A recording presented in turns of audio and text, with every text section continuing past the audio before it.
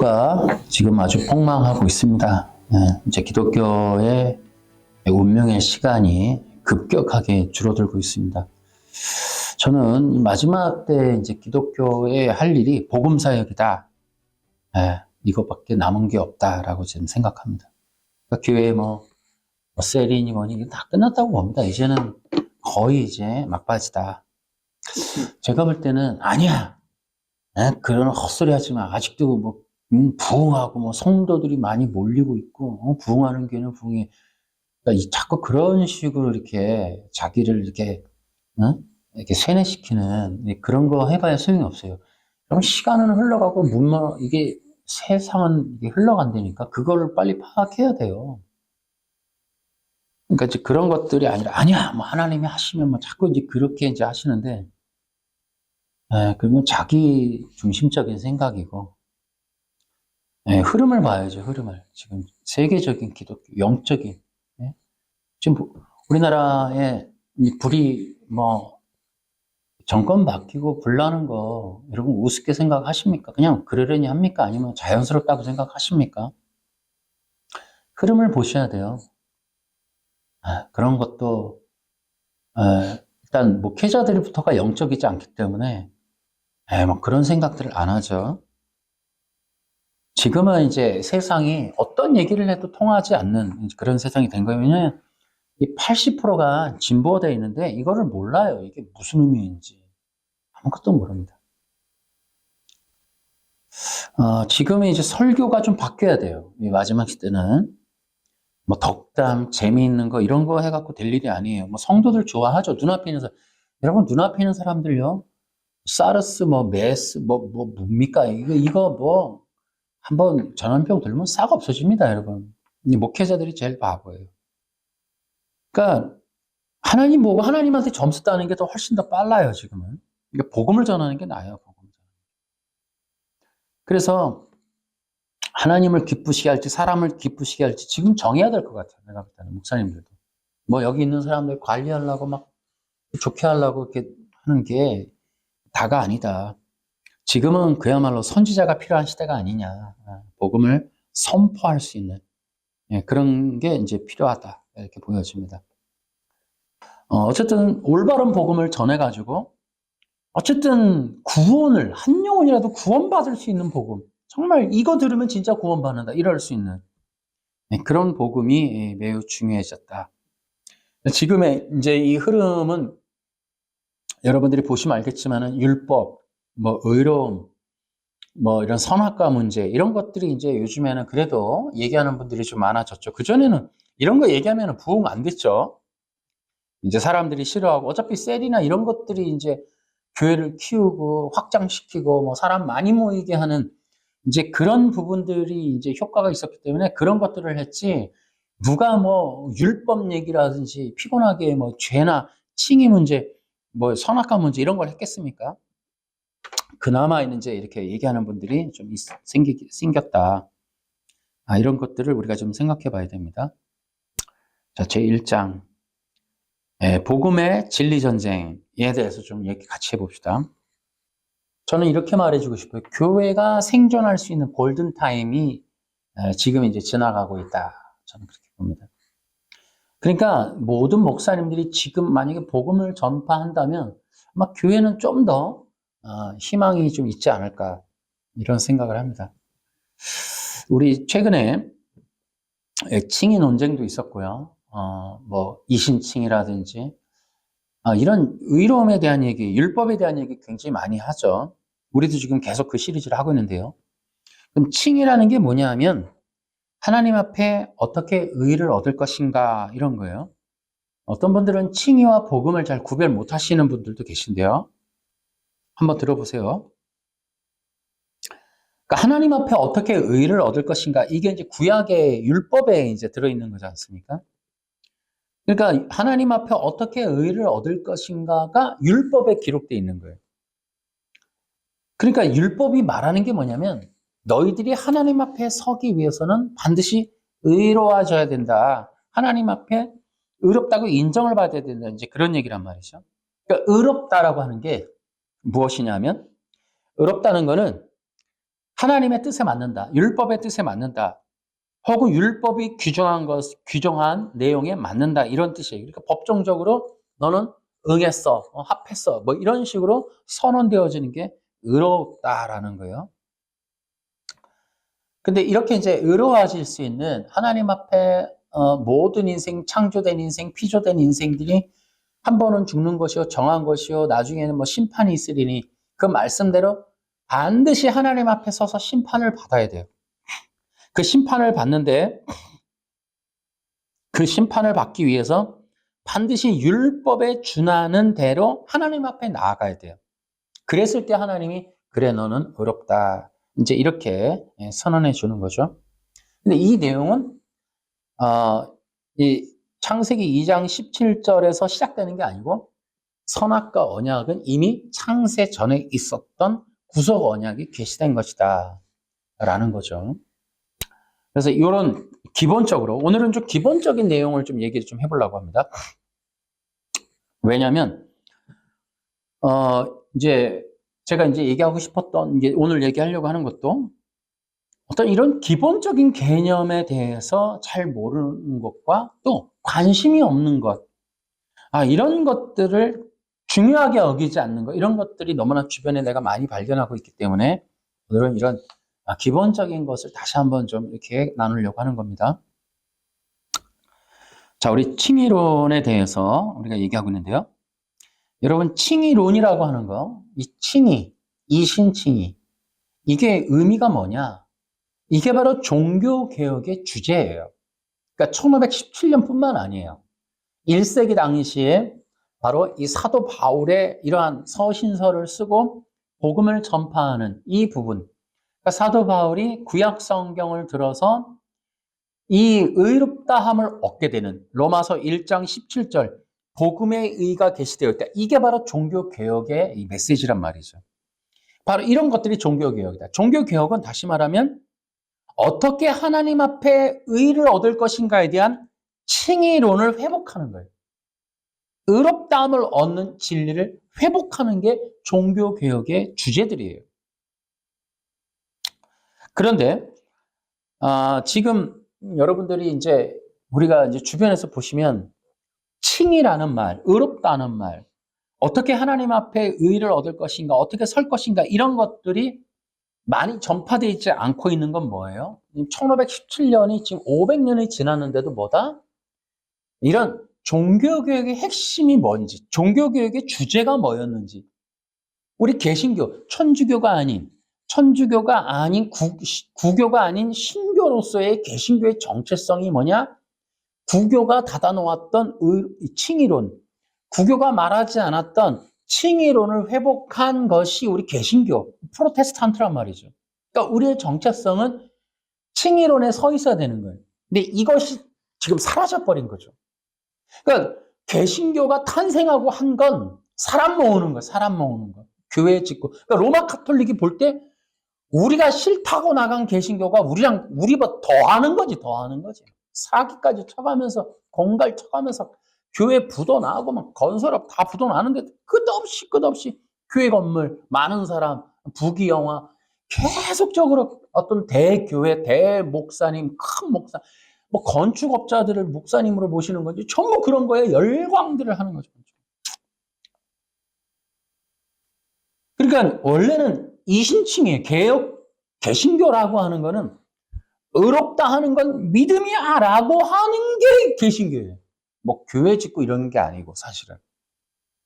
그러니까 누구보다도 이 이신칭에 해박하거나 믿음으로 의를 얻는다는 이 진리를 확고하게 붙잡고 있는 게 여기 개신교인들, 지금 프로테스탄트, 이게 이제 원래는 그런 거죠. 그런데 이런 것들이 이제 없다는 게 이제 우리가 이제 제대로 종교 개혁의 사상, 정신, 이 진리 이런 것들이 전달되지 않았다. 이런 것들을 우리는 버려버렸다라는 거죠. 그런데 이제 어쨌든 마지막 시대라 다시 한번 이 시대가 지금 칭의론, 종교 개혁적인 하나님께서 마지막 골든타임 시간을 우리에게 허락하는 게 아닌가 싶어요. 다시 한번 어떻게 너희들이 하나님 앞에 설 준비를 해야 하는지에 대해서 알려주는 것 같아요. 마지막 기회가 아닌가. 또 다른 종교개혁이 지금 바로 이 칭의론이다. 그러니까 내가 지난주에 얘기했지만 톰 라이트, 존 파이퍼의 칭의 논쟁, 이게 한 뭐 몇십 년 됐다고 하는데요. 이제 그 진행되어 온 게. 그리고 이제 그분들이 이제 한 것도 이제 얼마 안 되고. 이제 그러나 이제 제가 지난번에 얘기했듯이 톰 라이트, 존 파이퍼의 칭의론을 살펴보면 두 사람 다 같은 편이었다. 제가 이 얘기를 좀 해드렸습니다만은. 어쨌든 이제 이런 것도 관심이 없는 사람이 정말 많아요. 이 목사님들이랑 대화하다 보면, 그러니까 신학적인 얘기를 하면 일단 목사님들은 복잡하다, 머리 아파 그러고 다 싫어하고, 뭐 성경 얘기 할라 치면 너 잘났구나 그러고, 뭐 이렇게 뭐 진리에 대한 얘기를 꺼내면 사람들이 일단 거부합니다. 테크닉, 뭐 이런 솔루션, 내지는 방법, 뭐 이 스킬, 뭐 이런 거를 이제 사실은 선호하지, 이 진리 문제를 그렇게 중요하게 생각하지. 진리 문제 꺼내면 일단 너 잘났지가 돼버리니까 대화가 잘 안 되더라고요. 그러니까 의를 얻는 것, 이제 모세율법이 바로 이 의를 계시하고 있다. 이것은 대단히 중요하다. 그래서 지금 이제 1517년에 종교개혁이 됐는데, 지금 개신교는 이런 칭의론을 지금 따르고 있지 않다. 칭의론이 아니라 개신교가 이제 이 로마 카톨릭의 성전 건축 문제, 로마 카톨릭이 이제 무너졌던 이 성전 건축 문제에 또다시 집중해서 정말 오랜 시간 잘못된 길을 걸어오고 있다. 본질, 진리 이런 거는 전혀 관심이 없었던 걸로 생각됩니다. 왜냐하면 우리도 이 칭의론이 기본적으로 교회에서 칭의론을 교회에 오는 사람들이나 복음의 메시지조차도 우리가 하나님 앞에 어떻게 서서 어떻게 심판을 받을 것인가에 대한 얘기가 없죠. 이 성경은 그런 얘기가 뭐 그런 얘기로 중심을 이루고 있지만 우리는 그런 얘기를 배워보질 못한 거죠, 그동안. 자, 그런데 제가 이제 오늘 얘기하려고 하는 게 바로 그런 거예요. 요즘에는 이제 칭의론이 이제 이렇게 서서히 나와요. 톰 라이트, 존 파이퍼 뭐 이렇게 하면서. 근데 문제가 생겼어요. 종교개혁이 일어났는데 종교개혁에서의 칭의론부터 문제가 생겼어요. 그러니까 1517년에 종교개혁이 일어나고 루터와 칼빈이 이제 뭐 이 개혁을 이끌면서 개혁 신학, 개혁파 이런 게 이제 쭉 나오는데 아까도 얘기했듯이 이들이 이 오직 믿음으로 말미암아 구원을 얻는다, 의를 얻는다 이렇게 이제 칭의론을 이제 새롭게 이제 외치면서 개신교가 이제 형성이 됐죠. 그런데 1517년에 루터를 통한 종교 개혁에 문제가 생겼어요. 칭의론, 어떻게 의를 얻을 것인가 하는 것은 맞는데 이들이 의심적인 잘못된 방향의 종교 개혁을 했다는 거예요. 이게 뭐냐? 종교 개혁을 했던 루터부터 무엇을 했느냐 하면 율법이라고 하는 개념을 바꾸는 거예요. 그러니까 믿음으로 말미암아 의를 얻는다라고 해서 이거 바울과 똑같은 얘기 하는구나. 바울의 그 로마서 1장 17절을 가지고 역시나 1500년 만에 이 사람도 드디어는 이제 루터를 통해서 우리 개신교가 개혁이 일어났구나 라고 생각을 했는데 그런 줄 알았는데 보니까 이 루터를 통해서 일어난 종교 개혁의 율법의 개념이 바뀌어버려요. 율법의 개념이. 여러분 1세기 당시에 예수님이 오셔서 했던 일이 모세의 율법의 회복입니다. 이게 뭔 얘기요? 여러분 1세기 당시에 마태복음 15장에 가면은 장로들의 전통이라는 게 있었다는 거예요. 쉽게 얘기하면 모세 율법이 아닌 비슷한 다른 경전이 있었어요. 여러 개, 그게 이제 미드라시라든지 몇 개가 탈무드도 마찬가지고. 그러니까 율법이라고 하는 모세의 율법을 더 잘 지키게끔 구체화한 어떤 내용들로 구성된 그런 책들이 5권인가가 이렇게 있었는데 이걸 장로들의 전통이라 그래요. 근데 그런 것들로 인하여 예수님이 와서 하시는 말씀이 그런 것들이 오히려 모세의 율법을 따르지 못하도록 하고 있구나. 모세의 율법을 가로막고 있구나. 라고 장로들의 전통이라고 하는 가짜 경전이 있음을 세상에 폭로를 해버리신 거예요. 그래서 예수님이 요한복음 5장에 또 누가복음 24장에 그러니까 예수님이 계속 뭐 하냐면 모세의 율법은 나를 가리켜 기록됐다. 나를 가리켜 기록됐다. 모세의 율법은 그리스도의 이야기다. 모세의 율법은 그리스도의 이야기다. 이걸 회복하셨어요. 예수님 오셔서. 그 당시에 유대 율법 종교는 그걸 덮어놓고 있었는데 고린도 후서에 가면 이 유대인들에게 수건이 덮여 있다.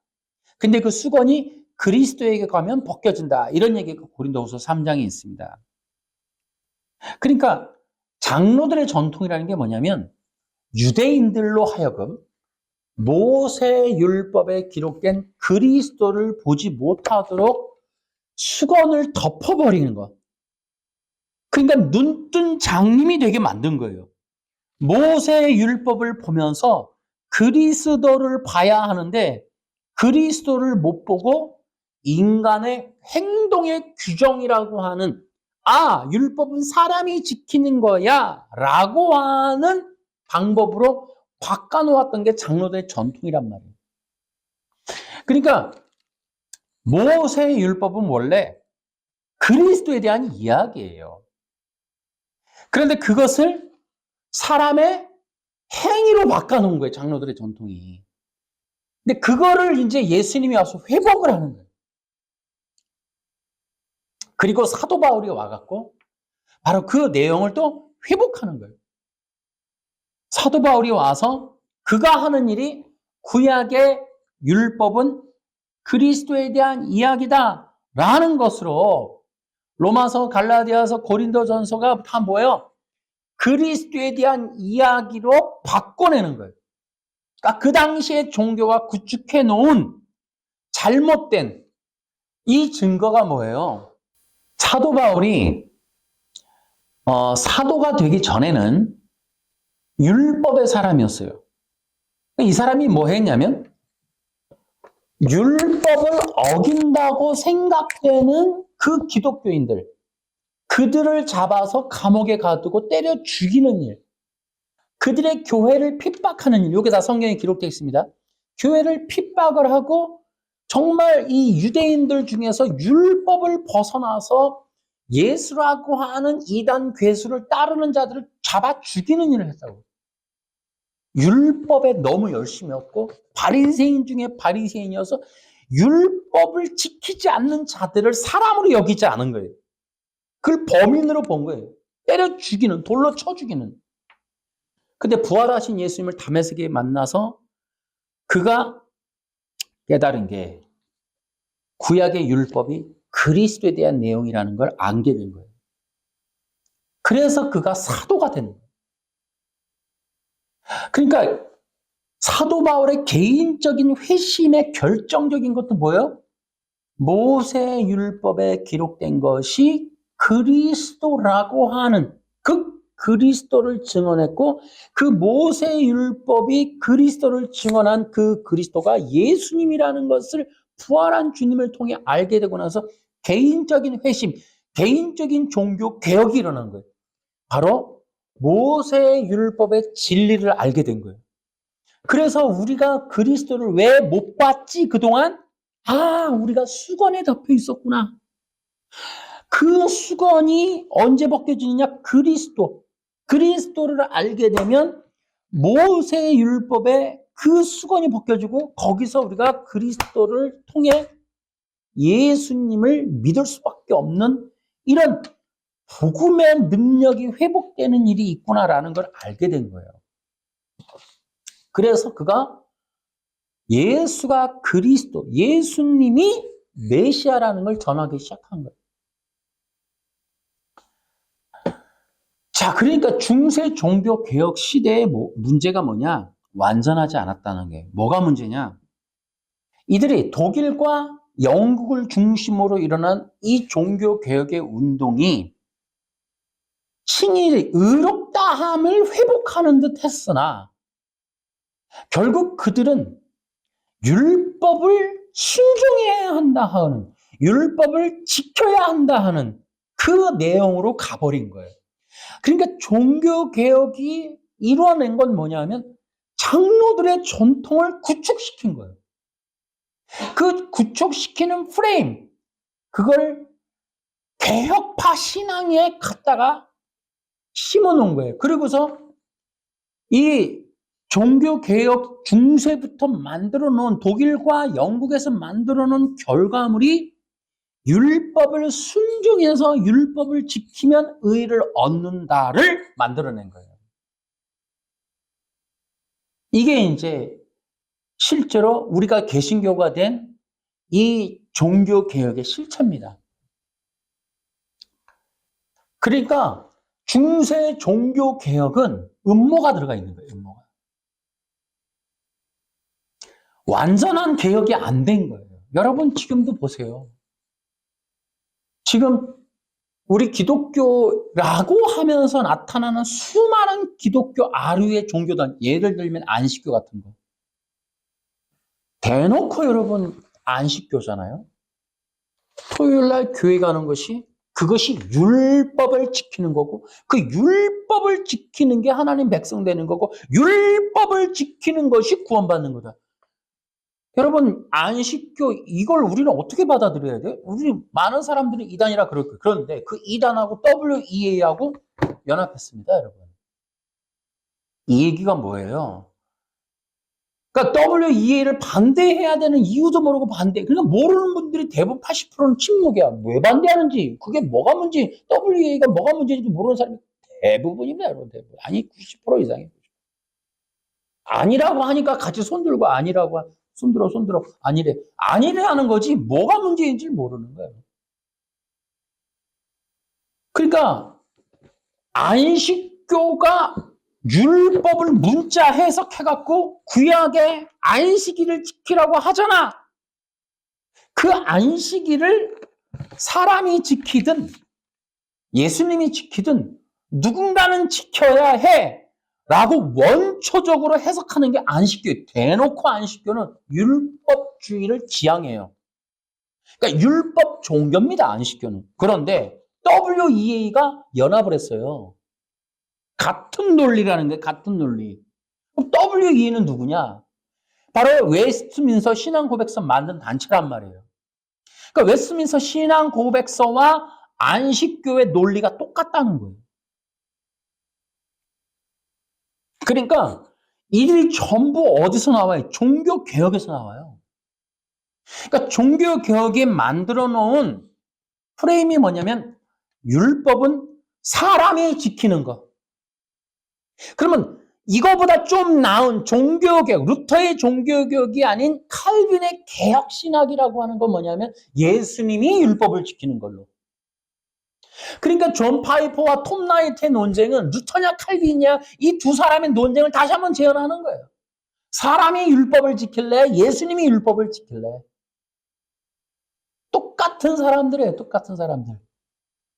그러니까 칭의 논쟁이 있는데 율법이 그리스도야라는 회복을 하는 사람은 없어요. 톰 나이트든 존 파이퍼든. 존 파이퍼는 개혁신학을 대표한단 말이에요.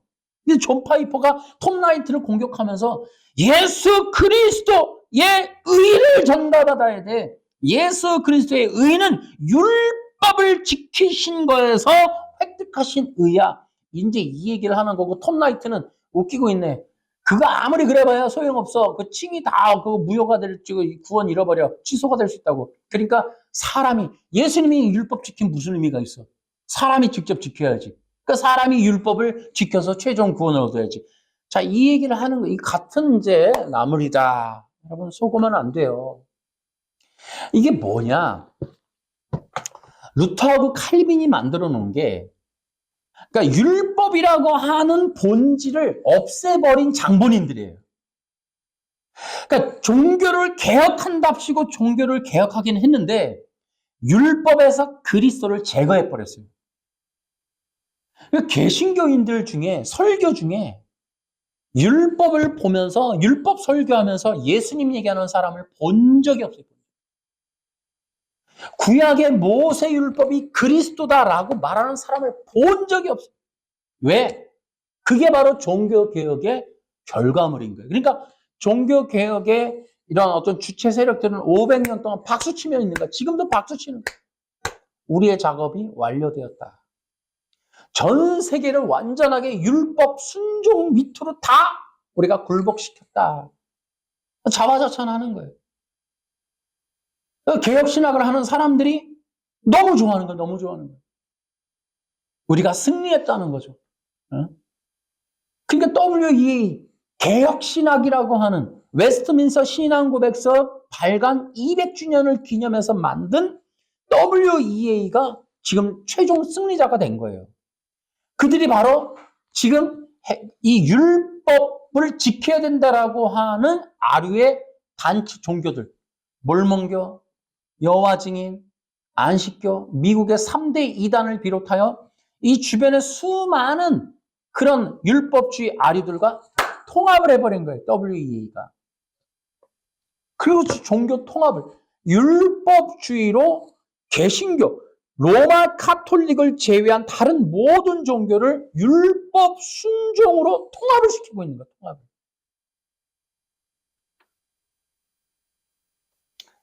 그래서 우리가 지금 아주 이게 큰 문제가 뭐냐? 이 바뀐 율법의 개념을 회복하는 게 지금 시급한 일이다. 그러니까 율법은 그리스도에 대한 이야기였고, 자, 이것을 우리가 어떻게 회복할 것이냐? 여러분, 신약 성경을 보면 예수님서부터 계속해서 뭐라 그래요? 내가 곧 그리스도다. 이 얘기를 하시는 거예요. 그러니까 누가복음, 요한복음은 계속 그 얘기를 하는 거예요. 구약 성경을 다 통틀어 나에 대해서 기록하고 있다. 모세는 나를 기록했다. 우리는 성경을 보면서 율법이 그리스도에 대한 얘기라는 사실을 우리는 이해하지 못하는 거예요. 여러분, 율법에 대한 충돌이 또 대표적으로 나타나는 게 요한복음 3장 니고데모와의 대화예요. 율법 선생이었던 니고데모를 예수님이 책망하시면서 네가 유대 율법 선생인데 이런 것도 모르느냐.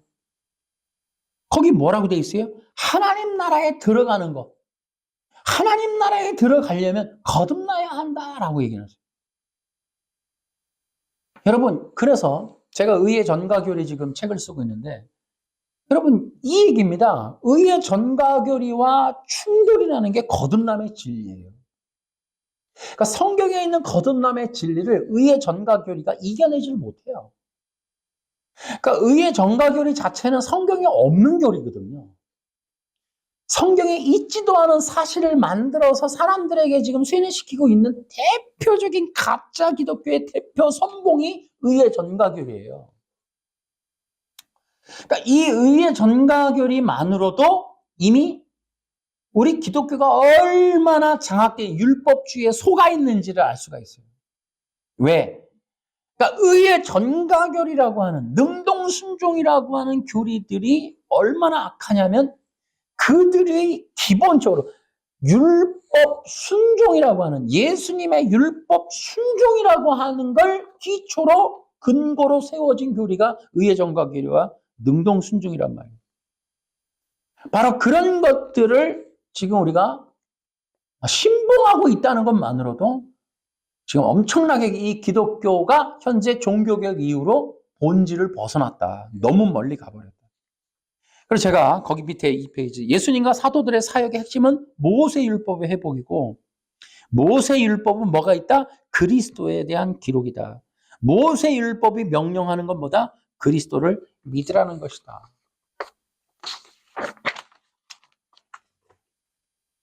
자, 그러면 이제 율법의 개념의 회복과 결과에 대해서 우리가 한번 생각해 보자고요. 중세시대는 종교개혁이 이 율법의 개념을 바꿔치기 한 거예요. 사람이나 예수님이 율법을 지키면 된다. 그리고 그때 종교개혁가들이 만들어 놓은 게 뭐냐면 율법은 도덕의 지침이야. 요게 이제 칼빈의 기독교 강요에도 나와요. 그러니까 칼빈과 루터가, 그러니까 루터가 이제 칼빈이 이제 스위스를 통치할 때 철권 통치를 해버리죠. 이 땅을 유대 땅으로 만든다 그래갖고 율법으로 통치하는 나라를 만들어요. 그래서 사람도 막 죽이고 그러죠. 막 그 교회 안 가면은, 그다음에 옷도 통일시키고 막 이런, 이제 그런 어떤 공산주의 국가를 이 땅에서 실현하는 게 칼빈이었어요. 모르시는 분들은 좀 책 좀 읽어보세요. 칼빈이 어느 정도로 셌냐면 제세례파, 자기의 칼빈 기독교 강요를 따르지 않는 제세례파를 집단으로 다 학살해버렸습니다, 여러분. 역사에 다 나오는 얘기예요. 아무리 여러분 정말 성령 받은 기독교인이라 하면 구원을 목적으로 살아가는, 영혼 구원을 목적으로 살아가는 사람이 자기 교리를 안 따른다고 집단 학살할 수 있습니까, 여러분? 저도 지금 뭐 장로교 목사지만, 장로교 우리가 그 헌법 장로 고시, 목회자 고시 그 문제집 보면 제1항에 장로교의 창시자는 누구냐, 칼빈이라고 나오거든요. 이 창시자가 우리는 그걸 맞춰야, 그거를 동그라미 치거나 그 정답을 맞춰야 목사가 되는 장로교라고 하는 어떤 교리, 장로교 종교 세력의, 우리도 이제 그 하수인들이란 말이에요. 그 안식교, 뭐 이만희, 뭐 문선명 똑같은 거예요. 칼빈 또 거기에 아류잖아요, 우리도. 그래놓고 우리는 저 사람들 이단이라 그러지만 우리도 뭐 칼빈이라고 하는 어떤 교주 밑에 있는 거잖아요. 근데 칼빈이 막 사람 죽였어요. 우리도 지금 칼빈 후예인데, 그럼 칼빈 참 거시기 해요, 지금 이게. 그러니까 이제 우리가 칼빈을 너무 신봉하는 이 문제, 우리도 세뇌당하는 거예요, 이거 지금. 아니, 신학교 가서 뭐 합니까? 칼빈 신학, 기독교 강요, 칼빈주의. 그래가지고 우리는 칼빈이라는 사람의 어떤 그걸 신봉하는 거예요. 막 예수님과 같이 높이는 거예요. 칼빈을 막 부정하면 저런 막 개혁 신학을 거부하는 이단 목사 막 이렇게 나와버린단 말이죠. 그러니까 이만희를 섬기는 사람이, 거기 있던 사람이 양심 선언으로 이만희가 교주가 뭐 보혜사관입니다 얘기하면 잘했다 그러지만, 우리가 칼빈이 말했던 거 다 잘한 것이 아닙니다 이러면은 우리는 죽이려고 그러잖아요. 우리도 자기 좋은 거죠, 자기 생각에. 그러니까 지금 그들의 문제는 뭐냐면, 칼빈 기독, 여러분 능동순종 의회 전가교리 책들을 보면 그 사람 책도 뭐 이렇게 두껍잖아요. 능동순종이 이단의 교리인가? 이거 쓴 사람. 뭐 그 사람들 책들 보니까 자기가 이렇게 의회 전가교리 능동순종을 지지하는 거는 우리가 뭐 우리 생각이 아니라 고대 뭐 종교개혁서부터 칼빈주의, 청교도 명단 다 기록해놨어요. 나 그거 보고 은혜 받았어요. 아, 고맙더라고. 내가 다 찾아야 될 인물들을 그 사람들이 다 해놨더라고. 아, 전부 이단의 목록들이. 그러니까 거기에 이제 칼빈이 율법 순종을 이렇게 기독교 강요에 기록해놨다고 다 나와 있더라고. 아, 칼빈도 이단이구나. 이걸 다 알겠더라고. 자기들이 다 얘기해놨어요. 그러니까 율법은 그리스도입니다. 성경에 뻔히 나와 있는데 칼빈이 율법에 순종했다, 예수님이 율법에 순종했다는 걸 칼빈이 말했다고 합리화됩니까, 여러분? 아니, 성경에 있는 걸 따라가야지 칼빈이 말했다고 따라가야 되냐고. 그러니까 칼빈이 해놓은 그 내용들이 뭐냐면, 예수님이 율법을 순종했는데 수동적으로, 능동적으로 이것을 말하지 않고 뭐 이렇게 통쳐서 모든 것에 율법에 순종했다, 모든 것을 순종했다, 완벽하게 순종했다, 이런 개념인데, 후예들이 지금 그 사람들이 써놓은 게 뭐냐면, 칼빈이 그렇게 말한 건 능동순종과 수동순종을 포함한 순종을 얘기하는 거다 이러면서 자기들이 이단이라는 걸 다 증명해내고 있어요. 그러니까 예수님이 독사의 자식들이라고 책망했던 그 율법주의자들이 자행했던 건 모세 율법에 있는 그리스도를 빼낸 거예요. 모세 율법을 빼내고 사람이 지켜야 될 법으로 만든 그 자들을 예수님이 독사의 자식들이라 그랬단 말이죠. 근데 종교개혁을 하면서 율법은 지키는 거야 라는 걸로 구축을 하고 종교개혁을 해버린 거예요. 그러니까 이신칭의가 뭐냐면, 어떻게 율법을 순종할 것인가에 대한 이 중심 주제로 바뀌어버렸어요. 그러니까 예수님, 그러니까 그리스도에 대한 이야기가 사라져버렸어요. 종교개혁에서. 이게 너무 웃기다고. 그래서 지금 아예 외신서를 전 세계적인 기독교의 기둥이 외신서잖아요. 그 외신서가 뭐라 그래요? 거기에 다 써 있어요. 구원 이후에 율법과 십계명이 필요한 건 구원 이후에 성도들이 도덕적인 지침이 필요하기 때문이다. 자기들이 어떠한 이단인지를 다 써놨다니까. 우리는 율법주의자들입니다. 라고 다 명백하게 써놨어요. 그러니까 그 사람들은 그 사람들 이후로 전 세계 모든 기독교인들은 율법을 지키는 거, 그리고 도덕적인 거, 윤리적인 거, 순종하는 거, 율법에 순종해야 되는 거. 내가 지키든 예수님이 순종하든 내가 순종하든 둘 중에 하나는 순종해서 의로워지는 거. 이 개념을 지금 종교개혁 이후에 500년 동안 완벽하게 세팅해 놓은 거예요. 그러니까 의의 전가교리를 아무도 부정하지 못해. 아닌 것 같아도. 능동순종교리를 부정하지를 못해. 왜냐하면 현대 신학자들은 아무도 이 내부적인 이 고발자가 없어요. 신학 자체가 칼빈과 루터를 지지하고 그들의 글을 인용해서 논문을 써야 통과되고 그들을 지지하는 걸 가르치고 칼빈이 말했던 순종, 율법에 대한 순종, 예수님의 율법 순종 이걸 말하지 않으면 교수를 못하니까 내부자가 못 나와요. 가난함을 짊어지고라도 내가 실업자가 되는 한이 있어도 이 서울에서 시골로 내려가는 한이 있어도 이 현대 신학자들이 양심 선언을 해야 되는데 그걸 못하죠. 큰일 나죠. 그러시면. 그러니까 지금 이 시대는 죽었다. 기독교는 이 율법의 회복을 말할 수 있는 개혁가는 존재하지 않는다. 모두가 눈먼 장님, 벙어리가 되어 있다. 지금은. 그러니까 모세율법은 그리스도입니다. 이 얘기를 할 수 있는 사람이 신학자들 가운데 있을까? 없다. 저는. 그러니까 모세율법은 사람이 지키든 예수님이 지키든 누군가는 순종해야 돼. 율법을 다 지켜야 돼. 평생 지켜야 돼. 그래야 의로워져. 이 얘기를 개혁할 수 있는 종교 개혁가가 안 나온다 이 말이에요. 율법은 그리스도야. 그리스도에 대한 이야기야. 그리스도를 믿으라는 거야. 모든 율법의 명령은 그리스도를 믿음으로 의를 얻으라는 거야. 이 단순한 얘기가 여러분 외치기가 어려운 거예요. 지금 한국에서. 그럼 이단돼 버려요. 개혁신학자에서 떨어져 나가야 돼요. 대형교회 교단에서 나가버려야 돼요. 그래서 지금 어렵죠. 여러분 율법이란 명심하세요. 도덕 지침이 아닙니다. 여러분 헌법이 아니라고요. 그러니까 율법이라고 하는 건 인간이 지키든 예수님이 지키든 이 도덕 준칙으로 지켜내는 게 아니에요.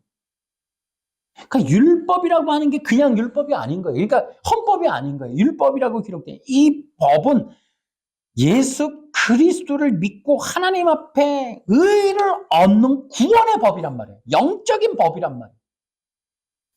여러분, 그러니까 사탄이 가장 두려워하는 게 뭐냐면은 율법의 회복입니다. 그러니까 오죽하면 종교 개혁이라고 하는 이 퍼포먼스를 통해서 조작된 이런 퍼포먼스를 통해서 이 율법을 가리려고 하는 거겠습니까? 어떻게 이 1세기 당시에 이 율법 종교가 그리스도를 제거하려고 이렇게 모세 율법에서 그리스도를 덮고 제거하고 빼려고 했겠어요? 여러분 이게 중요하니까 그런 거예요. 중요하니까. 그러니까 지금도 이 개혁이 일어나지 않는 이유는 이 영적인 비밀을 그리스도의 비밀에 대한 얘기를 여러분 기독교가 인지를 못하는 거예요. 그러니까 율법이 그리스도의 복음으로 회복되면 어떤 일이 벌어지냐면 이거 중요한 얘기예요. 그러니까 율법이 그리스도에 대한 얘기입니다. 이렇게 돼버리면 첫째로 드러나는 현상이 뭐가 되냐면 아까 얘기했죠. 의의 전가교리하고 능동순종은 이단이 돼버려요. 그러니까 지금 기독교가 구축되어 있는 기득권, 이 종교 세력들의 이 신학, 교단, 이런 모든 것들이 전부 이단이 돼버려요. 이해되십니까? 그러니까 구약의 율법이 그리스도를 믿으라는 것이다로 가버리면 행위 언약서부터 의의 전가결이 능동순종은 자동적으로 이단돼 버려요. 예, 다 폐기돼 버립니다. 그럼 그거 뭐 공부했던 분, 신학자들 뭐 전부 이단돼 버리는 거예요. 예, 포기 못하죠, 그 사람들이. 그러니까 행위 언약과 외신서도 파기가 돼 버려요, 여러분. 그러니까 예수님이 율법을 지킨 게 아니고 율법은 그리스도를 믿으라는 거고 우리가 그리스도를 믿어서 의를 얻는 진리야라는 걸로 회복이 돼버리면 외신서 파기되지, 행위 언약 파기되지, 의의 전가결이 이단되지, 능동순종 이단돼 버리는 거예요. 그러면 이제 어떤 일이 벌어져요? 딱 한 걸음 더 나가면 개혁 신학이 깨지는 겁니다. 해처모여가 되는 거예요, 이제. 절대로 회복되긴 불가능하다. 그러니까 개인적으로 이제 이렇게 개혁이 되는 수밖에 없어요. 개인적으로. 어쨌든 그러나 이 두려운 일이에요, 이게. 그러니까 율법의 이 온전한 예수님이 말씀하신 것, 사도들이 말한 것처럼 성경에 기록된 내용대로 기독교가 이 부흥이 일어나고 개혁이 되려면요, 위험한 일이에요. 그 당시에도 사도 바울이 여러분 누구였어요? 바리새인 중에 바리새인. 제일 똑똑한 사람이었잖아요. 근데 이 사람이 오죽하면 앞장서서 이렇게 교회를 핍박하러 다니던 사람이란 말이에요. 스데반 돌로 쳐 죽일 때. 근데 이 사람이 변화됐잖아요, 이제. 변화돼가지고, 야, 이게 율법이 때려 죽이라는 얘기가 아니라, 율법이 돌로 직접 치라는 얘기가 아니라, 이거 그리스도에 대한 얘기라는 사실을 알고 충격을 먹죠. 그리고 어떻게 해요? 뭐, 그렇게 기록되어 있지 않지만, 자기가 때려 죽인 사람들이 있고 핍박했던 그런 것들이 있어서 그런가? 그는 역시 자기를 죽음에 내놓으면서 복음을 전하는 정말 그런 삶으로 자기가 나가버리죠. 그러면서 어떡합니까? 핍박을 받아요. 근데 재미나죠? 옛날엔 같은 편이었잖아요. 거기 바울이랑 그 사람들이. 같은 편이었는데 바울이 변화돼갖고 율법은 그리스도에 대한 얘기입니다. 이 얘기를 하니까 죽이려고 그러는 거예요. 그러니까 종교개혁 세력은, 그러니까 유대율법 세력은 어쨌든 내부 고발. 그러니까 이 조폭 세계에서 나가면 죽이잖아요. 이제 나 좀 착하게 살고 싶어. 나 평범하게 살고 싶어. 나 이제 가정도 꾸리고 싶어. 조폭 세계 이제 안 할래. 그럼 죽잖아요. 똑같은 거예요. 유대율법 세계에서 나가면서 율법이 그리스도에 대한 얘기네. 이러면 죽은 거예요. 이러면 죽는 거예요. 돌로 쳐 죽이는 거예요. 그러니까 따라다니면서 죽이는 거예요. 그러니까 사도 바울도 이 반으로 쪼개갖고 죽여버리잖아요. 아예 그냥 토막내서 죽여버리죠. 그러니까 돌로 쳐 죽이고 성문 밖에서 막 39대 때리고 따라다니면서 죽이려고 그러고 계속 그러다 결국엔 테러 당하죠. 테러 당한다니까요. 그러니까 율법에 있는 이 진리를 회복하면 예수님도 그래서 돌아가신 거고 모세 율법을 회복했다. 나는 율법을 완성하러 왔다. 여기가 이제 키포인트예요. 이 완성하러 왔다가 무서운 얘기거든요. 이 완성하러 왔다 하는 그 선언 이후로 이제 이 유대 율법자들이 계속해서 덤벼드는 거야. 예수님 죽이려고 모의를 하는 거야. 왜? 우리가 박살나게 생겼거든. 그러니까 유대 율법이라고 하는 것이 지금 관건이에요. 이걸 회복하면 죽어요. 그러니까 유대 율법을 그리스도라는 말로 이 복음으로 회복하면 이 위험천만해지는 일인 거예요. 그러니까 이게 율법이 그리스도를 믿으라는 거였어. 레위기 18장 5절이 율법을 지키라는 게 아니라 일을 행하라. 그리스도를 믿으라. 그리하면 너희가 산다. 이 내용을 전하면 죽는 거예요. 그래서 이걸 회복하기가 어려워요. 영적으로도. 그럼에도 불구하고 당연히 회복돼야 되겠죠. 율법은 회복돼야 돼요. 그래서 이제 우리는 그냥 율법이라고 하는 게 여러분, 자, 거기 스톱, 아이씨.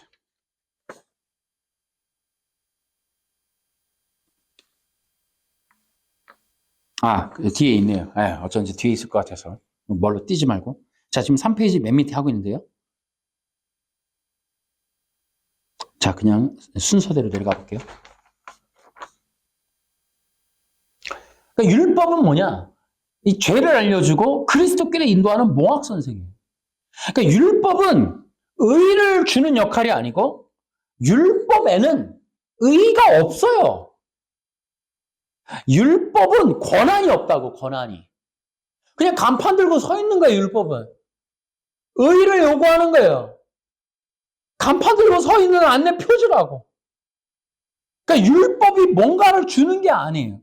근데 여러분, 이게 충격적인 게 의의 전가결의 능동순종, 이 전부 이 사람들이 뭐냐면 율법 숭배하는 거예요, 율법 숭배. 그러니까 율법에서 의의를 얻는다. 예수님이든 나든 누군가는 지키면 의의가 온다라고 하는 율법을 지키면 의의를 얻는다. 이 개념을 갖고 있는 자들은 율법을 숭배하는 거예요. 율법이 의의를 주는 게 아니란 말이에요. 또 율법이 의의를 주거나 율법을 지키면 의의를 받는다. 이게 여러분 엄청나게 위험한 얘기예요. 율법은 그리스도를 알리는 거예요. 그래서 율법에 보면은 번제물, 제물, 여러분 보세요. 시중에 나와서 기독교 서점에 가면 성막을 알아야 뭐 성경이 보인다. 이런 책들을 보면 성막의 모든 게 그리스도의 모형이라고 다 기록되어 있는 책들이 그냥 부지기수로 달려 있어요. 그러니까 구약의 모세율법, 레위기, 출애굽기 이런 뭐 신명기 이런 걸 보면 여기가 전부 그리스도의 모형이다. 제물, 제사, 절기 모든 게 그리스도에 대한 내용이다. 하고 있는 책들이 그냥 부지기수로 많은데 율법은 지켜야 된다. 이게 대세적인 신학이에요, 지금. 의의 전가교리. 그러니까 율법은 그리스도를 알려주는 거라고 지금 부분적으로는 얘기하지만 신학적으로는 의의 전가교리를 못 이겨요, 못 이겨요. 그러니까 이게 웃기는 거예요, 이게.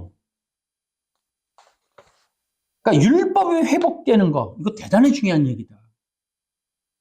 자, 제가 얘기했죠. 그러니까 잘 보세요.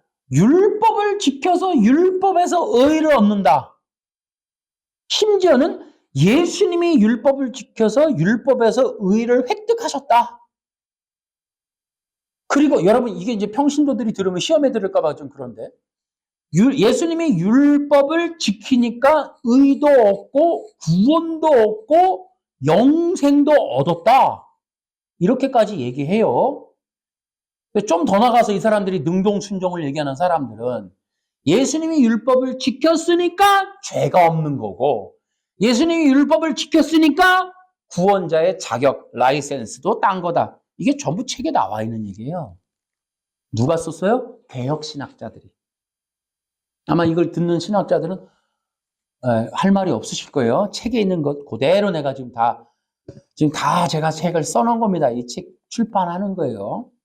여러분 그 얘기가 이 내용이 얼마나 위험천만하고 반기독교적인 내용인지를 여러분 일반인들은 잘 이해 못하실 수도 있어요. 신학자들은 찔리는 사람이 있을런가 모르겠지만 그러니까 율법이 회복돼야 되는 이유가 바로 이것 때문이에요. 율법이 그리스도에 대한 이야기라고 해야 어떤 일이 벌어지냐? 예수님이 메시아라는 것이 다시 회복이 되는 거예요. 그러니까 율법에서 의를 얻으셨다는 건 그리스도가 아니라는 뜻과 동일한 거예요. 예수님이 율법을 지켰으니까 의를 얻으셨다는 건 예수님이 메시아 그리스도가 아니고 율법에서 파송받은 랍비다라고 하는 개념이 있는 거예요. 거기로부터 뭔가를 받았다는 건 바로 그 누군가로부터 내가 보세요. 율법을 통해서 의의를 획득해서 그걸 갖고 계시다가 예수님을 믿는 자들에게 그 율법에서 받은 걸 전달해 준다라고 하는 이 전가교리. 이거 자체가 예수님이 누구로부터 와서 무엇을 하러 왔느냐에 대한 정체성, 사역과 권위와 정체성에 대한 얘기라고. 예수님이 이 땅에 오셔서 율법을 지켜서 의를 얻어서 그걸 전달하러 오셨다는 이 개념은 예수님이 하나님으로부터 오는 하나님의 아들이라거나 메시아가 아니라 바로 율법으로부터 파송된 랍비다라는 걸 지금 뜻하는 거란 말이에요. 그러니까 율법이 온전하게 그리스도로 회복돼야 되는 이유가 예수님을 다시 메시아의 자리로 복귀시켜드리는 거라고. 현대신학, 종교개혁 이후에 구축된 이 개혁파 신학에 의해서 예수님이 지금 메시아의 자리에서 폐위되어 있단 말이죠. 메시아가 아니란 말이에요. 그 폐위된 이 직위를 다시 복귀시켜드리는 일. 그게 바로 율법이 그리스도에 대한 얘기라는 사실을 회복하는 거예요. 그러니까 지금 기독교가 율법화되어 있는 이 상태에서는 예수님이 메시아의 자리에서 폐위되어 있는 거예요. 여러분, 이 예수님이 율법에서 의로는, 제가 이 책이 다 써 있는 거 너무 많은 내용이라 또 이 시간에 한정이 있으니까. 여러분, 더 충격적인 건 예수님이 율법으로부터 의를 얻으셨다. 이 말이 이게 어떤 의미가 있느냐. 충격적인 내용이 더 많습니다, 여러분. 지금도 이 교리, 의의 전가 교리를 신봉하는 것이 개혁신학이라 그러고, 우리 개혁신학, 뭐 이렇게 어마어마한 개혁신학이라고 자랑하는데, 본인들 스스로가 이단이다라고 얘기하는 거랑 똑같은 거예요. 그러니까 이 독일과 영국에서 만들어진 이 율법의 순종이라는, 그래서 율법에 순종했기 때문에 만들어진 말이 그리스도의 의라는 말이에요. 이 그리스도의 의라는 말을 추종하는 것이 개혁신학이고 그것을 자랑한단 말이에요. 그리스도의 의. 뭔가 우리가 예수님을 믿는다면 예수님이 얻어놓은 뭔가를 받는 거다. 이 개념, 이 프레임.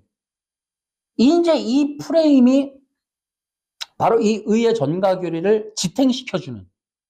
그러니까 우리의 죄가 예수님께 가고 예수님의 의가 우리에게 오는 이 상호 교환의 빛나는 교환, 이 위대한 교환을 이것이 구원이다라고 하는 이 프레임을 갖고 있는 이 개혁신학이 이게 이제 엄청난 위험한. 여러분 또 하나. 여러분 보세요. 그러니까 사도 바울이 왜 이게 돌로 맞아 죽어야 되는, 왜 칼에 이게 잘려서 죽을 수밖에 없는 사람이었느냐. 예수님이 왜 빨리 가셔야만 하느냐, 그 당시에도. 물론 사람들 입장에서.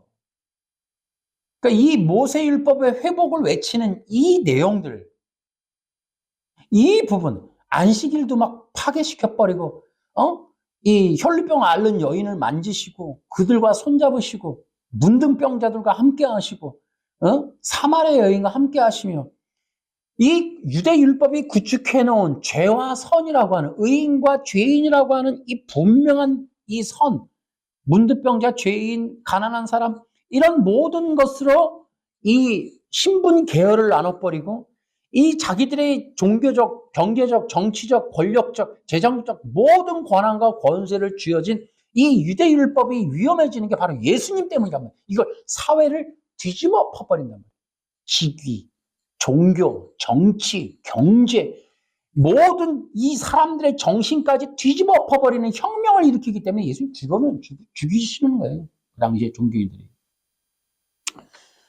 근데 그러한 예수님의 사역이라고 하는 것들이, 이 사도 바울이 그렇게 하는 것들이 더 중요한 내용이 있다. 예수님의 율법의 완성이라는 말의 의미가 뭐였을까? 예수님이 천국이 가까웠다. 이 말의 의미는 뭘까 말이죠. 그러니까 사도 바울이 말했던 위대한 이 복음이라고 하는 율법에 있는 이 그리스도. 여러분, 그리스도가 뭐예요? 기름 부음 받은 자예요. 그러니까 사도 바울이 갈라디아에서 얘기하고 있는 건 뭐냐면, 우리가 의롭게 되는 것은 단순히 어떤 의라고 하는 개념이 아니라 우리가 하나님 앞에 의롭다는 건 성령을 받는 것이다 라는 개념을 회복한 거예요. 이게 이제 개혁신학에서 사라졌습니다. 개혁신학에는 그런 내용이 없죠. 개혁신학은 예수님이 율법에서 획득한 의를 전가받아 내가 의롭게 된다 그러지. 사도 바울은 뭐예요? 하나님으로부터 기름 부음 받아 오신 예수님을 믿음으로 그를 통하여 하나님의 영, 성령을 받아 내가 이제 하나님을 아버지라 부를 수 있게 되었느니라 라고 하는 엄청난 자유한 복음을 전해버렸단 말이죠. 이 비밀. 그래서 바울은 골로새서에 이것이 바로 그리스도의 비밀이다 이렇게 얘기했단 말이에요. 그러니까 이 율법이 그리스도야 라고 하면서 사람들을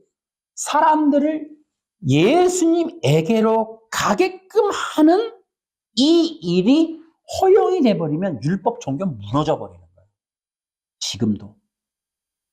그러니까 예수님이 메시아, 여러분 한번 보세요.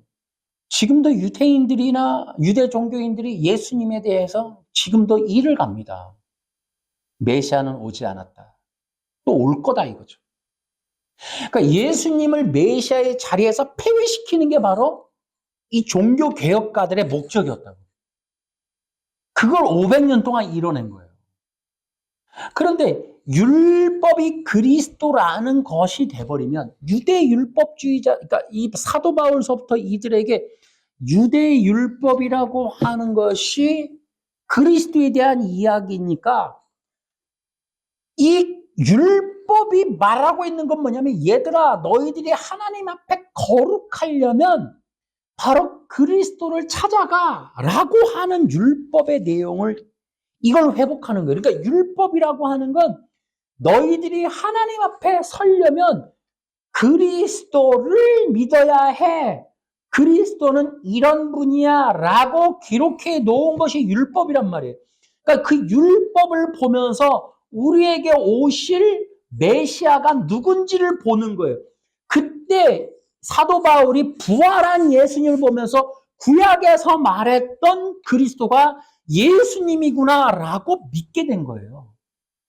근데 그 그리스도를 이야기하는 이 구약의 내용이 충격적이라고. 단순히 십자가에서 죽고 부활한 분이야 라는 개념을 넘어서서 이 그리스도가 생명의 영을 부으시는 분이야 라는 개념이 새언약이라고, 새언약. 그러니까 구약의 율법이 담지하고 있는 건 바로 하나님의 영을 통하여 이루어질 하나님의 나라를 얘기하고 있는 겁니다. 그러면 하나님의 영이 어떻게 우리에게 부어질 수 있을까? 그게 그리스도예요. 그러니까 하나님의 아들이신 분이 오신다는 건 뭐냐면 그분이 이 땅에 오셔서 하실 일은 우리에게 생명이 부어지는 길을 만드는 거예요. 길을. 왕의 대로를 열러 오신 거예요. 예수님이 뭐라면 내가 떠나가는 것이 유익이다. 그러니까 예수님이 모든 게 아니라 예수님이 천국이 아니라 예수님은 천국을 우리에게 부어주러 오신 거예요. 그래서 예수님이 자신의 몸을 찢음으로 그 몸 피 위에 기름 부음이 임하도록 당신이 십자가에서 죽으시러 오신 거예요. 그러니까 예수님을 믿음으로 의의를 얻는다는 게 바로 그 부분인 거예요. 하나님의 계획. 물론 이제 내가 이거 다 썼습니다만 이게 예수님의 율법 순종이 아니라 예수님의 순종이라는 게 바로 이거예요. 죽으시는 순종. 이걸 전형반들이 수동 순종이라고 바꿔놨는데 그 순종의 결과가 뭐냐면 우리가 예수님께로 갔을 때 아버지의 영을 받는 거예요. 그 아들을 통하여 하나님이 예비하신 그 영을 선물로 받는 거예요. 그 선물로 받는 바로 그 영을 통하여 우리가 하나님을 아바 아버지라 부르짖는 그것. 그게 천국이에요. 그러니까 예수님이 천국이 아니에요. 그러니까 천국이 가까웠다라고 얘기하는 거예요. 그것이 율법의 완성이라고. 그러니까 하나님이 율법을 통해 완성하시려고 한 게 율법을 뭐 지켰다 이런 개념이 아니라 하나님이 창세전부터 계획하신 게 그런 거예요. 그걸 고린도전서 15장에 얘기하고 있다고. 그러니까 우리로 하여금 아들의 영, 아들의 명분을 얻게 하기 위하여 예수님이 하나님의 뜻에 순종하심으로 죽으시는 거예요. 그 순종의 결과로 우리가 하나님의 아들이 된 그 영을 통하여 우리가 아들의 이 명분을 얻는 것이 율법의 완성이에요. 오늘은 너무 많은 얘기를 한 것 같은데. 자, 어쨌든 뭐 좀 마무리하겠습니다. 이게 뭐 할 얘기는 뭐 너무나 많으니까. 자, 요거 이제 마지막 페이지 한번 해볼까요? 그러니까 이 예수님의 그러니까 이 율법의 이 온전한 회복, 그러니까 모세 율법의 회복, 율법이 그리스도라는 것이 회복이 되면 이러면 불편해지고 싫어하는 게 유태인들이에요.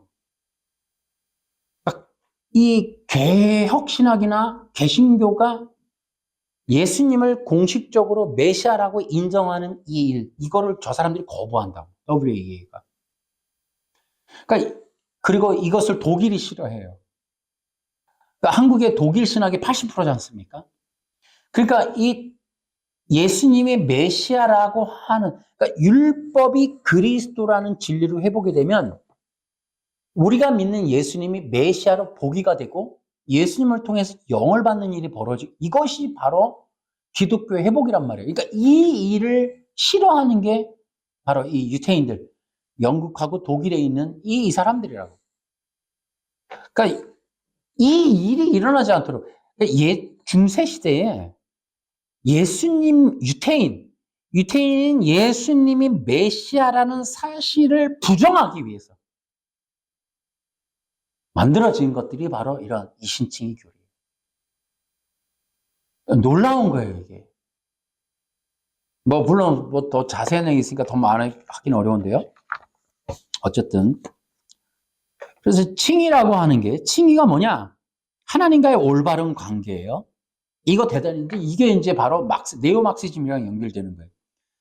이게 뭐냐면, 칭의라고 하는, 의를 얻으라고 하는 건 뭐냐면, 하나님과 우리가 하나님이 되고, 하나님이 인간이 되는 그런 게 아니라, 하나님은 하나님이 되고, 우리는 피조물이 되는 이 올바른 관계. 죄가 뭐예요, 죄가? 죄가 인간이 하나님이 되는 거고, 하나님이 피조물의 이 수준으로 떨어지는 거잖아요. 이게 죄였단 말이에요. 원죄는 내가 하나님이 돼버리는 거예요. 인간이, 피조물이. 그리고 하나님은 하나님 자리에서 폐위돼 버리는 거예요. 왜? 내가 신이 돼 버렸으니까. 이게 혁명사상. 이게 이제 이 막스가 이걸 이용한 거예요. 인간의 원죄, 인간이 신이 되는 이 원리, 이게 혁명의 이론의 이제 시작이 된 거예요, 이걸로.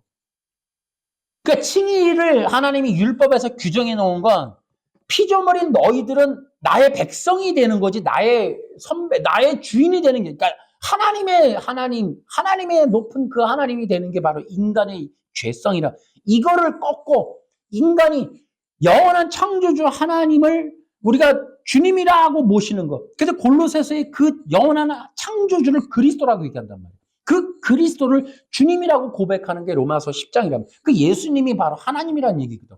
그 하나님을 나의 주님으로 모시는, 이게 바로 의로운 관계라고. 요거를 원하는 거예요, 요거. 근데 이걸 깨트리는 거예요. 그러니까 예수님이 율법에 순종한다는 게 뭐예요? 이게 막시즘이라니까. 그러니까 인류 문명, 바벨 문명이 하고 싶은 건 뭐냐면, 인간이 신의 자리를 가고 신이 인간으로 떨어지는 거예요. 그러니까 신인 인간이 뭐예요? 그리스도잖아요. 그 신인 인간이 죄인의 자리로 내려가고 인간이 신의 자리로 올라가게끔 만드는 게 의의 전가교리라고.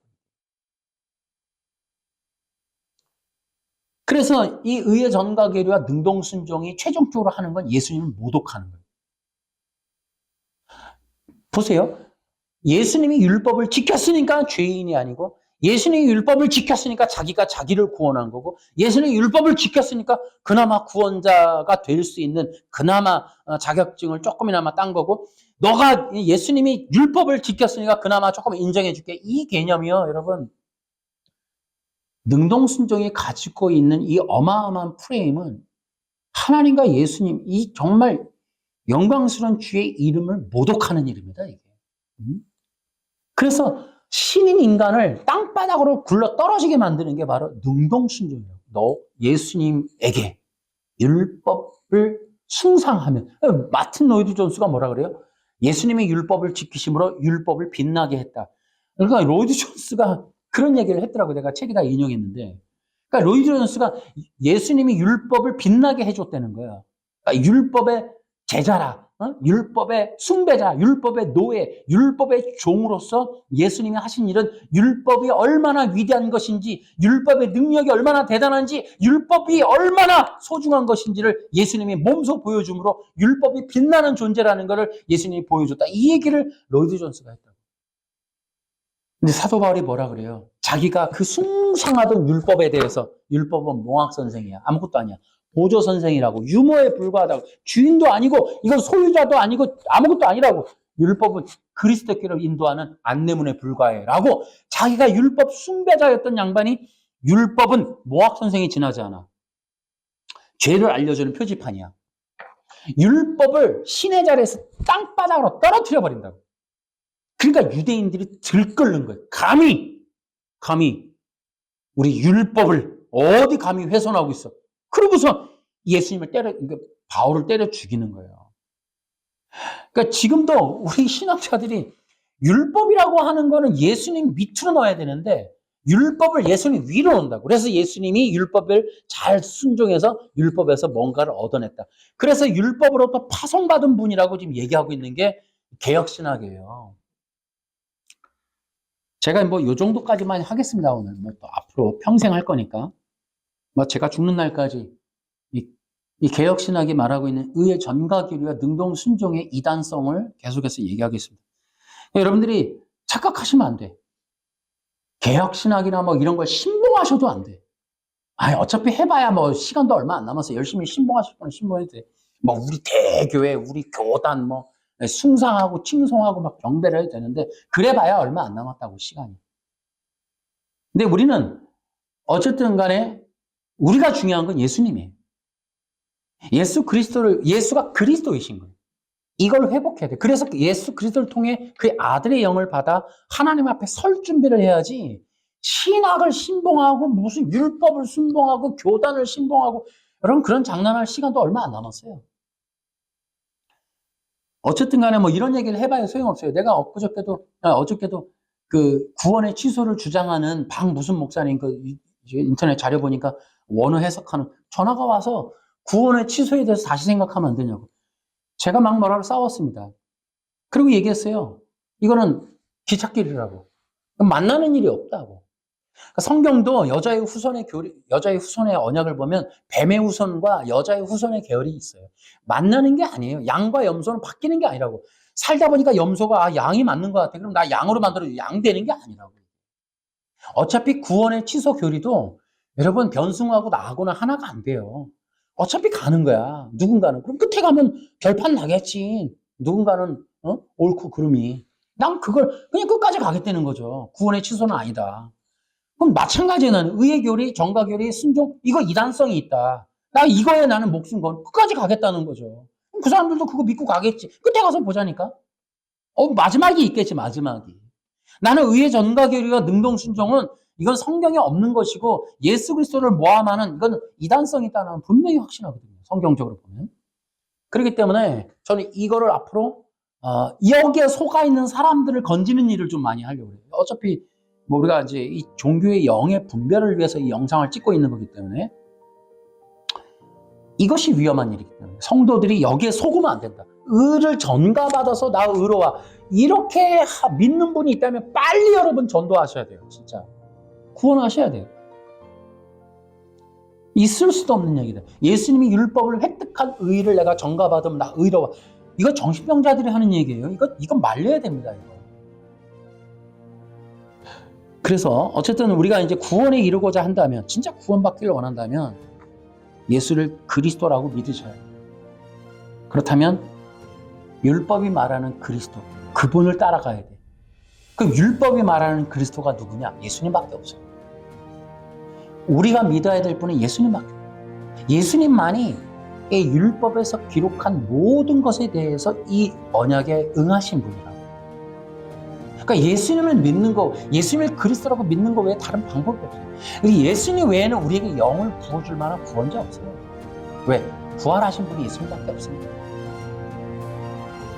바로 이 예수님을 믿음으로 얻어야 될 의, 영원한 생명의 이 기름부음, 이것을 받는 것이 구원인 거지 예수님이 율법에서 지킨 거 얻었다고 나 의롭다 이런 장난치는 거 아니라고. 이거 속으시면 안 된다. 이런 얘기 하시고 그런 의를 전가들을 얘기하는 목사님들이 있으면 빨리 그거 회개하기 시켜야 돼요. 여러분들이 진짜 마지막 시대다. 이게 얼마 안 남았다. 여러분들이 명심하시고 바른 진리를 따라서 진짜 가시는 여러분 되시기를 주의 이름으로 축원합니다. 기도합시다. 하나님